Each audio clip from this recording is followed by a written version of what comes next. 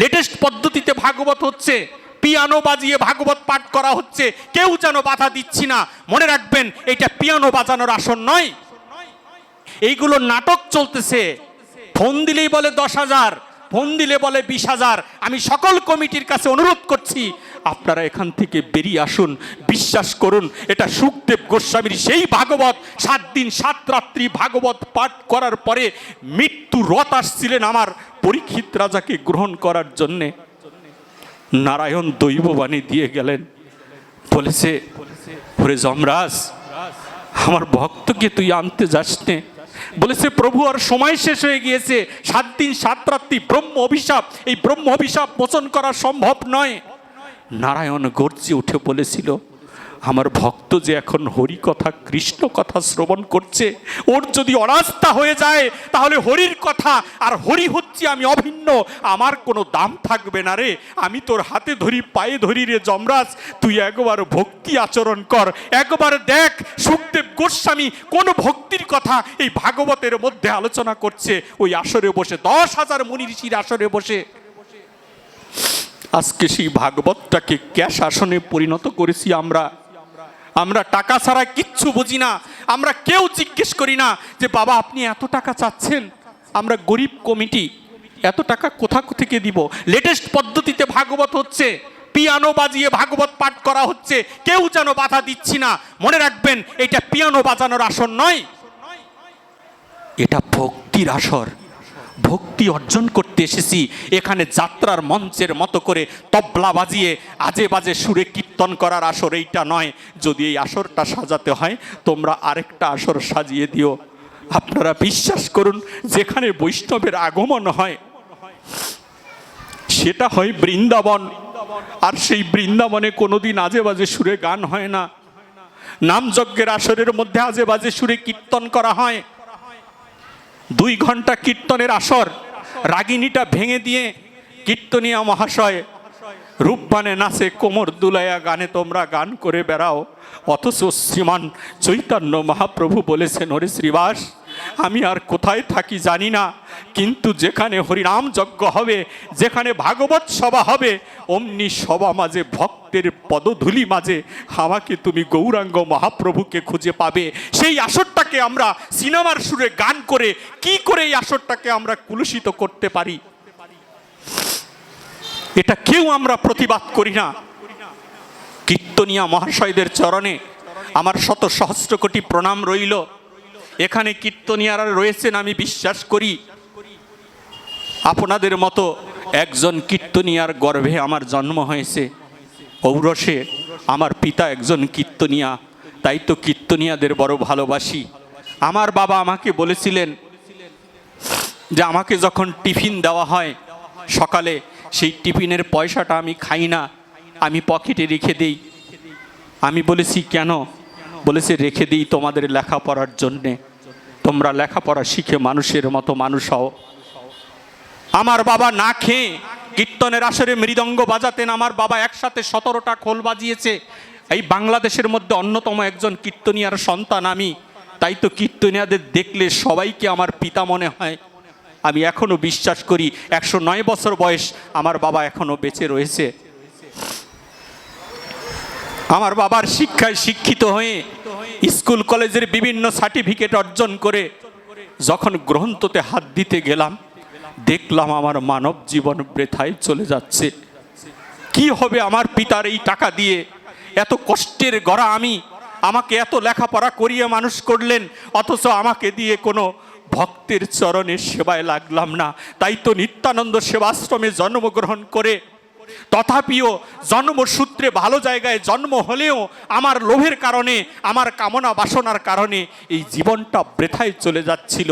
সেই আশ্রম থেকে তুলে এনে আমার সাথে যে বৈষ্ণবেরা এসেছেন, তারা তুলে এনে টেনে নিয়ে আমাকে বিনা প্রণামিতে আপনাদের চরণে বিলিয়ে দিয়েছে। তাদের চরণে আমার শত সহস্র কোটি প্রণাম থাকলো।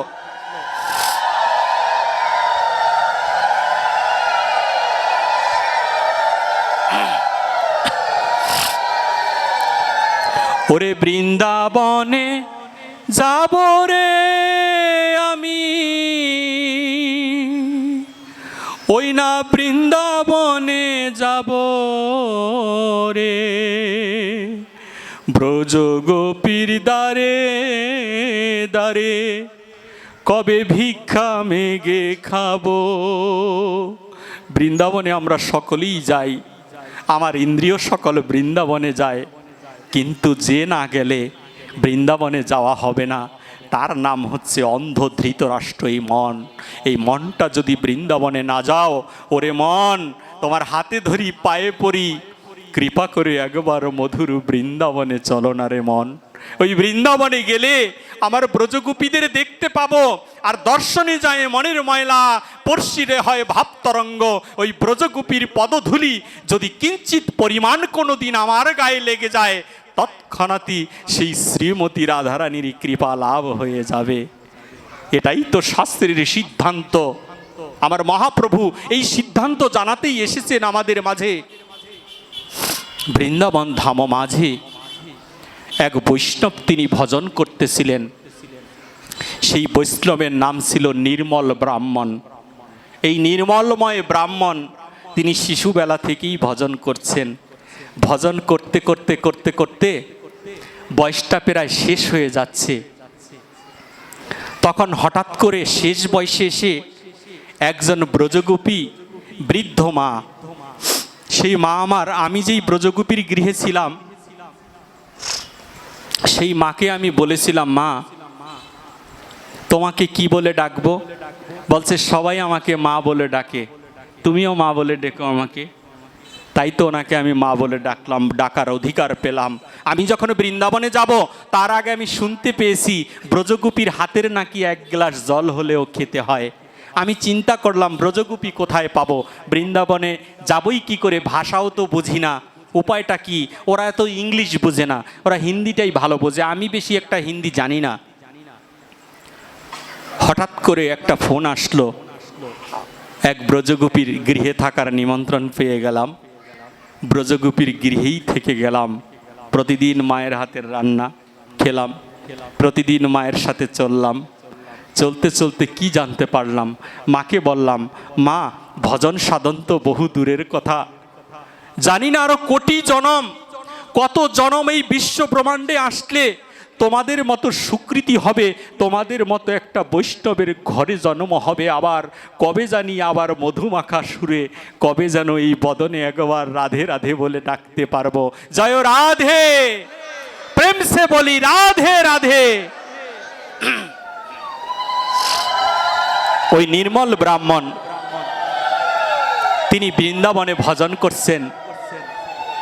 ভজন করতে করতে বয়সটা প্রায় শেষের দিকে।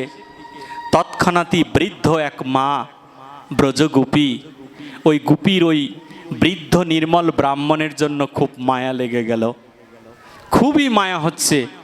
বলছে এত একটা বৃদ্ধ মানুষ, অনেক বছর দেখছি ভজন করছে, আহারে উনি খাবারও পায় না, ঠিক মতো কেউ খাবার দেয় না। ওই ব্রজগোপী মা আমার, তিনি কি করে, কয়েকটা রুটি, শুকনো রুটি তৈরি করে ওই মা একটা বলের মধ্যে করে মাথায় নিয়ে এসে ওই সাধুকে দিয়ে যায়। সাধু কখনো খায় আবার কখনো রেখে দেয়, এমনি করে করে তার দিন যাচ্ছে। রাধারানীর কৃপাতে অনেক দিন চলে গেল। হঠাৎ করে সাধু চিন্তা করলো, এই মাতাজি আমাকে এত প্রসাদ দেয় কেন, এই রুটিগুলো আমাকে কেন দেয়, আর কি কোনো সাধু নেই এখানে, উনি তো অন্য কাউকে দিতে পারে। হঠাৎ করে মাতাজি ওই রুটিগুলো নিয়ে আসছেন। আস্তে আস্তে কিছু দূর চলে আসার পরে দেখে চটিটার একটা বেল্ট ছিঁড়ে গিয়েছে, মানে স্যান্ডেল, চটি স্যান্ডেল পন্স যাকে বলি, এর একটা বেল্ট ছিঁড়ে গেছে ওই মাতাজির, যিনি প্রসাদ নিয়ে আসে প্রতিদিন, ছিঁড়ে গিয়েছেন। তখন ওই মাতাজি কি করলেন, তার ওই চটিটা কতক্ষণ হাতে নিয়ে হাঁটছেন। এখন একটা চটি ছিঁড়ে গেলে আরেকটা চটি পায়ে দিয়ে কিন্তু হাঁটা যায় না। কতক্ষণ পরে আবার ওই চটিটাও হাতে নিয়েছেন। এখন দুইটা চটি, আবার মায়ের মাথার উপরে প্রসাদ, অর্থাৎ রুটি, শুকনো রুটি, অন্য কোনো প্রসাদ নয়, শুকনো রুটি, সেটাই ভাবে ধরে আছে। এক হাতে স্যান্ডেল দুটো, তার পায়ের পাদুকা দুটো এক হাতে। এমনি করে যখন এগিয়ে যাচ্ছে, এখন মায়েদের তো কাপড়ও সামলাতে হয়, অনেক সময় হিমশিম খেয়ে যায়। মাতাজি কিছু দূর আসার পরে রুটিটা নামিয়ে ওই জুতো জোড়া রুটির উপরে রেখে দিলেন। দেখুন বৃন্দাবনের শাস্ত্র, বৃন্দাবনের শাস্ত্র কাকে বলা হয়, রাধারানী কেমন কেমন হলে তিনি রাধারানী হয়েছেন, রাধারানীর কৃপা আমরা কত সহজে লাভ করতে পারি। এত কঠিন ধর্মটা কেন আমরা আচরণ করার চেষ্টা করি বলুন তো? কেন এত কঠিন ধর্ম আমরা আচরণ করব? কোটি জনম যদি করে হরিনাম সংকীর্তন, তবু নাহি মিলে নন্দেরই নন্দন। আবার একবার এই বদনে যদি হরি বলে ডাকে, তাহলে হরির কৃপা লাভ হয়ে যায়। আমরা একবারটাই চেষ্টা করব। কেন এত কোটি জনম ভরে করছি, তাও তো আমাদের মনে হচ্ছে না হরি বলা হচ্ছে। কারণ ওই রান্নাঘরে চুলোর খাবার রেখেছি, চুলোর মধ্যে তরকারি, মা আমার পুজো দিচ্ছেন, আবার ওই স্বামীকে মোবাইলে ভৎসনা করছেন, আরে রান্না করতে পারছি না, আবার তুমি ফোন দিয়েছো, চুলোর তরকারি পুড়ে যায়, আমি আবার ওইদিকে পুজো দিচ্ছি। মা দেখাচ্ছেন যে বাবা আমার সহধর্মিনী কত কাজ করছে, অথচ না হচ্ছে সঠিকভাবে রান্না করা, না হচ্ছে সঠিকভাবে ফোনে কথা বলা, না হচ্ছে গোবিন্দ সেবা দেওয়া। বাবারে এত পূজা দেওয়ার দরকার নেই, সারা দিন আনতে কৃপা করে যদি একবার তুমি ঠাকুরের গৃহে যাও, ওই গৃহে গিয়ে বলবে মাধব তোমাকে পূজা দেবার আমার ভাগ্য নেই, আমি যেইটুকু সময়ের মধ্যে এসেছি এইটুকু সময়ে যেন নয়ন জলে ভেসে ভেসে যেন তোমার পূজায় আমার মনটা বসে যায়, আমি যেন তোমার ভক্তের সেবায় লেগে যেতে পারি। এই রূপ বাসনা যেদিন আমাদের হবে সেই দিনই তো ভগবানের পূজা করা হবে। আমরা তো পূজা দিচ্ছি, জন্ম জন্মান্তরে পূজা দিচ্ছি, একদিন দুই দিন ধরে নয়। এখানে যাদেরকে আমি দেখছি জিজ্ঞেস করে বলবেন 20 বছর 15 বছর 50 বছর ধরে দীক্ষা শিক্ষার মন্ত্র নিয়েছি। কিন্তু বুকে হাত দিয়ে একবার বলুন আপনার নিজেকে আপনি ভগবানের চরণে সমর্পিত করতে পেরেছেন? এই শিক্ষাটাই শ্রীমদ্ ভগবদ গীতা দিয়েছেন, এই শিক্ষাটাই ভাগবত দিয়েছেন যে ফুল প্রমাণাতাং। শ্রীমতী রাধারানী বললেন পুরোপুরি আত্মসমর্পিত হয়ে যাও, ফুল প্রমাণাতাং, পুরোপুরি আত্মসমর্পিত হও। একটুখানি দিচ্ছ আবার শাড়িটা টেনে ধরছ কেন, প্রণামটা দিচ্ছ আবার চেয়ে নিচ্ছ কেন বাড়ি গাড়ি? এইটা তো চাওয়ার জায়গা নয় রে বাবা, চাইতে আসিনি তো। আমরা আজকে লোকনাথ ব্রহ্মচারীর মন্দিরে বসে পাঠ করছি, বাবা লোকনাথের আবির্ভাব তিথি। মনে রাখবেন লোকনাথ ব্রহ্মচারী ভেসে আসা কোনো সাধু নয়, লোকনাথ ব্রহ্মচারী ভজনশীল সাধু। লোকনাথ ব্রহ্মচারীর মধ্যে সকল কিছু দর্শন করেছিলেন বৈষ্ণবেরা। লোকনাথ ব্রহ্মচারীর আবির্ভাবের বহু আগে থেকে লোকনাথের বাবা মা স্বপ্নে দেখেছিলেন। লোকনাথ ব্রহ্মচারীর পিতার খুব বাসনা ছিল যে আমার গৃহে যেন একটা বৈষ্ণব সন্তানের জন্ম হয়। একে একে প্রত্যেকটা সন্তান হলো, কিন্তু বৈষ্ণব রূপে কাউকে পাওয়া গেল না। সর্বশেষ ছোট ছেলেটা লোকনাথ ব্রহ্মচারীকে পাওয়া গেল। শিশুবেলায় তিনি গুরুদেবের হাত ধরে গৃহ ত্যাগ করে বরফের দেশ সাইপ্রাসে চলে যায়। লোকনাথ ব্রহ্মচারী আপনার আমার কৃপা নিয়ে ভজন করেনি, লোকনাথ ব্রহ্মচারী নিজের কৃপায় নিজে ভজন করেছে। একমাত্র পিতা মাতার চাওয়ার কারণে এমন একটা সন্তান লাভ হয়েছে। অনেকে আছি আমরা সনাতন ধর্মে, বলে বিয়ে করেছি সন্তান দুই একটা হয়ে গিয়েছে, বলেছে আপনার গুরুপীঠ কোথায়? বলেছে ও দীক্ষা তো এখনো নেইনি। বাবা তুমি দীক্ষা নিলে না, শিক্ষা নিলে না, গুরু গৌরাঙ্গের খবর নেই, তোমার গৃহে কি করে একটা ভক্ত সন্তান আসতে পারে? এটা কি সম্ভব? ট্রান্সপোর্ট ছাড়া, এয়ারপোর্ট ছাড়া যেমন প্লেন থামে না, এয়ারপোর্ট ছাড়া কি প্লেন থামবে? এয়ারপোর্ট ছাড়া কখনোই প্লেন নামবে না। তাহলে প্লেন যদি নামাতে হয় এয়ারপোর্ট লাগে, তদ্রূপ যদি একটা বৈষ্ণব সন্তানের পিতামাতা হতে হয় তাহলে একটা এয়ারপোর্টের প্রয়োজন আছে। একটা বৈষ্ণব ছাড়া আরেকটা বৈষ্ণবের আবির্ভাব কোনোদিন ঘটানো সম্ভব নয়, কেউ পারেনি আজ পর্যন্ত। তাই লোকনাথ ব্রহ্মচারীর পিতা সর্বপ্রথম বৈষ্ণব ছিল, না হলে একটা বৈষ্ণব সন্তানের সৃষ্টি করতে পারত না। আর আমার বাবা মায়ের অবস্থা কি হয়? বৃদ্ধাশ্রমে ঘুমায়। আমার বাবা মায়ের অবস্থা কি হয়? আমার বাবা মায়ের কপালে একটা কাপড় চোটে না, হাজার হাজার টাকা দামের কাপড় পরে আমরা ঘুরে বেড়াই। হায় রে সাধন ভজন, দুই বেলা সাত্বিক আহার পেয়ে, দুই মালায় মালা জপ করে, কপালে একটু তিলকের ফোঁটা দিয়ে আমি বড় সাধু সেজেছি। কিন্তু এই প্রচণ্ড শীতের মধ্যে আমার বৃদ্ধ বাবা বৃদ্ধ মাটাকে বারান্দার মধ্যে শুয়ে রাখলাম। রাতের প্রচণ্ড শীতে রাতে কাঁপছে বাবা মা, কেঁপে কেঁপে এই বাবা মা বলছে রাত্রিটা কেন ভোর হয় না, রৌদ্র কেন ওঠে না। আর আমি নববধূকে নিয়ে ঘরের মধ্যে নতুন কম্বল গায়ে দিয়ে ঘুমিয়ে রইলাম। হায় রে সাধন ভজন। স্নান করে সকালবেলা কপালে তিলক পরে বেরিয়ে গেলাম, আর পিতামাতাকে বললাম তোমরা কিছুই জানে না, মূর্খ তোমরা। সি সি সি সি, এটা সনাতন ধর্মের আচরণ নয়, এটা রামচন্দ্রের শিক্ষা নয়, এটা শ্রীকৃষ্ণের শিক্ষা নয়, এটা আমার মহাপ্রভুর শিক্ষা নয়। মহাপ্রভু এই শিক্ষাই জীবকে দেয়নি। তাই যদি হতো, মহাপ্রভু আমার সন্ন্যাসে গিয়েও মহাপ্রভু ডেকে ডেকে বলেছিলেন, ওরে দামোদর গোসাই দাঁড়া। বলছে প্রভু কিছু বলবে? নীলাচলে সন্ন্যাস নিয়ে চলে গেছে মহাপ্রভু।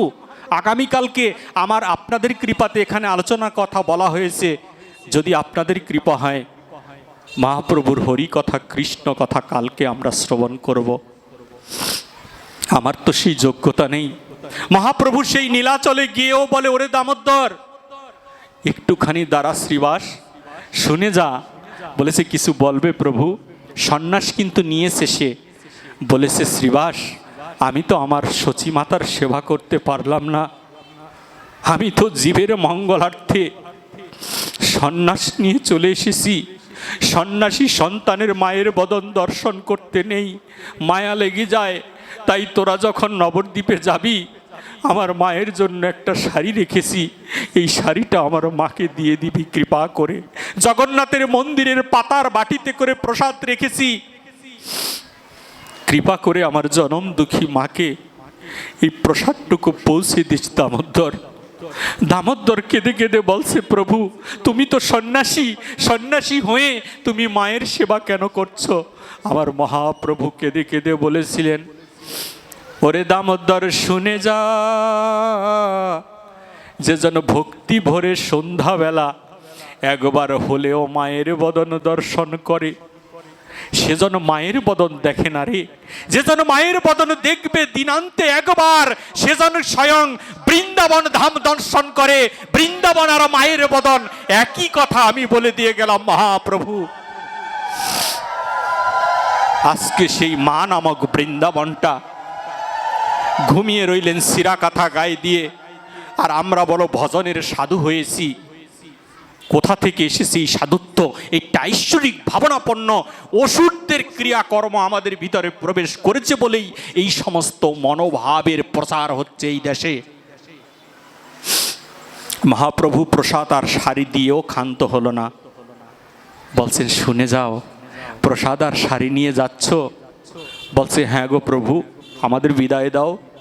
মহাপ্রভু বললেন, শাড়ি আর প্রসাদ নিয়ে যাবে যাও, তবে শাড়ি আর প্রসাদ দিয়ে আমার মায়ের শ্রীচরণে একটা দণ্ডবত প্রণাম করে দিও। মা যদি জিজ্ঞেস করে কেন প্রণাম করছো, বলবে তোমার নিমাই প্রণাম করেছে, এই প্রণাম আমাদের প্রণাম নয়, এই প্রণাম তোমাদের নিমাই সন্ন্যাসী তোমাকে প্রণাম দিয়ে জানিয়েছে যে জন্ম জন্মান্তরে যদি কৃষ্ণ ভক্ত মায়ের গর্ভে জন্ম নিতে পারি, তাহলে একমাত্র এই জীব কৃষ্ণ কথা হরি কথার সাথে যুক্ত হতে পারবে। যদি আবার এই পৃথিবীতে পাঠাও দয়াল, এই ভব সংসারে একটা কৃষ্ণ ভক্ত মায়ের গর্ভে জন্ম দিয়ে মরে। আমি কৃষ্ণ ভক্তের ঘরে কেন আসতে চাই? মাকে অপমান করে আসতে চাই, বাবাকে অপমান করে আসতে চাই? তাই তো লোকনাথ ব্রহ্মচারীর বাবা বলেছিলেন, আমার একটা ছেলেকে আমি ব্রহ্মচারী রূপে পেতে চাই। ভজনের পরে লোকনাথকে লাভ করেছিলেন। লোকনাথকে শিশুবেলায় মায়ার বধনকে ছিন্ন করে দিয়ে লোকনাথ ব্রহ্মচারীর গুরুদেবের হাতে উঠিয়ে দিয়েছিলেন, এবং সেই পুকুর এখনো রয়েছে, যেই পুকুরের মধ্যে স্নান করে শ্রী শ্রী বাবা লোকনাথ ব্রহ্মচারী বেরিয়েছিলেন অজানার পথে, কোথায় যাবে জানে না। হাঁটতে হাঁটতে তিনি চলে গিয়েছিলেন সাইপ্রাসে। সাইপ্রাস নামক এই দেশে বরফ হয়, প্রচণ্ড পরিমাণে বরফ পড়ে। সেই বরফের মধ্যে একটা গুহা করা ছিল। সেই গুহার মধ্যে গুরুদেবকে বললেন, গুরুদেব আপনি কি করে থাকবেন এই শীতের মধ্যে? আমি তো যুবক, আমার শরীর তো গরম। বলেছে অসুবিধা নেই, তোমার মতো শিষ্য যদি থাকে তাহলে আমার কোনো অসুবিধা হবে না। তখন বলেছে, তুমি কৃপা করে এই গুহার মধ্যে বসে ভজন করো, আর আমি পাহারাদার হয়ে পরম দয়াল শ্রী গুরুদেবের পাহারাদার হয়ে আমার লোকনাথ ব্রহ্মচারী গুহার বাহিরে বসে বসে ভজন করেছিলেন। ভজন করতে করতে করতে করতে হঠাৎ করে গুরুদেবের ঘুম ভেঙে যায়, ধ্যান ভেঙে যায়। গুরুদেব গুহার মধ্য থেকে লোকনাথকে খুঁজতে এসে গুহা থেকে উকি মেরে বেরিয়ে দেখে লোকনাথ আর এখানে নেই। তখন গুহার মুখের সামনে তাকিয়ে রইলেন লোকনাথ। আমি কি জবাব দিব তোর বাবাকে? তোকে তার হাত থেকে এনেছি, আমি কি জবাব দিব তোকে? হঠাৎ করে তাকিয়ে দেখেন লোকনাথ ব্রহ্মচারী নয়, ওইখানে সর্বশ্রেষ্ঠ বৈষ্ণব আমাদের পরমেশ্বর ভগবানের অনন্ত অনন্ত প্রিয় আমাদের পরম ভজনশীল দেবাদিদেব মহাদেব এই শিব ঠাকুর সেই গুহার মুখের মধ্যে বসে রয়েছে, শিব হয়ে বসে রয়েছে।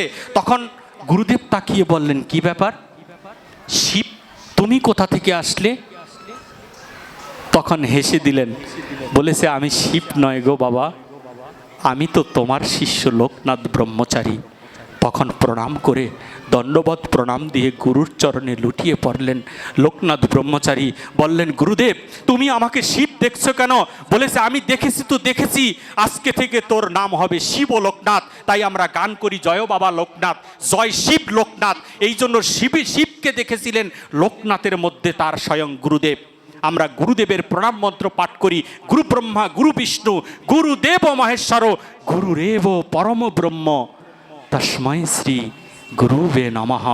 গুরুদেব কোনো মানুষ হতে পারে না। আজকে লোকনাথকে ছেড়ে দিয়েছে, সেই লোকনাথ ভাগ্যক্রমে আমার মতো অপরাধীকে রক্ষা করার জন্যে হাঁটতে হাঁটতে সাইপ্রাস থেকে কালের স্রোতেই প্রসাদ নামক মহাপুরুষ লোকনাথ ব্রহ্মচারী বাংলার মাটিতে এসে পড়ে। এই বাংলার মাটিকে গৌরীয় মণ্ডল ভূমি এজন্যই বলা হয়েছে। লোকনাথের মতো বৈষ্ণব রয়েছে এখানে, স্বামী বিবেকানন্দের মতো বৈষ্ণব রয়েছে এখানে।